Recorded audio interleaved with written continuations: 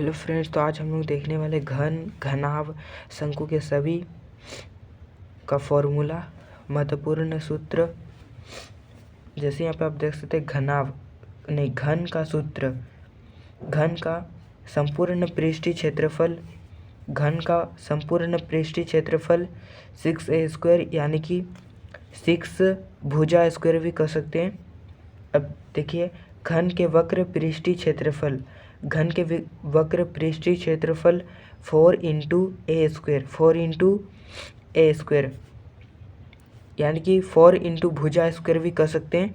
अब देखिए, घन का विकर्ण अगर निकालना हो तो ये वाला सूत्र लगाएंगे, √3 इंटू भुजा, यानी कि भुजा में आप ए भी लिख सकते हैं।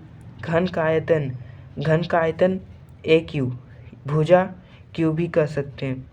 चलिए यहाँ पे आप देखिए, घन का परिमाप निकालने के लिए अगर भुजा को हम लोग 12 से गुना कर देंगे तो घन का परिमाप निकल जाएगा।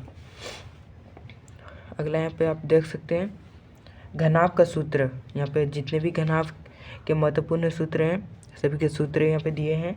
घनाभ के संपूर्ण पृष्ठीय क्षेत्रफल 2 ब्रैकेट LB + BH + HL। 2 यहाँ पे ब्रैकेट का मान होता है गुना L यानी कि लंबाई, B यानी कि चौड़ाई और H हाइट यानी कि ऊंचाई।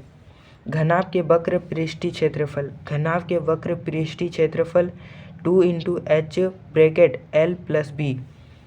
अगर 2 को हम ऊंचाई से गुना कर दे और L और B को अगर हम लोग लंबाई और चौड़ाई को जोड़ दें और उसे गुना कर दे आपस में, तो इसका जो घनाभ के वक्र पृष्ठीय क्षेत्रफल निकल जाएगा।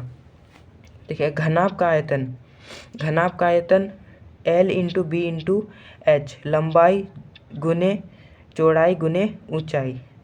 घनाभ का परिमाप 4 ब्रैकेट L + B + H। आगे देखिए, घनाभ का विकर्ण √L² + B² + H²। अब देखिए शंकु का सूत्र। यहाँ पे शंकु का संपूर्ण क्षेत्रफल होता है पाई ब्रैकेट L + R। पाई का मान होता है, आपको मैं बता दूं, यहाँ पे 22/7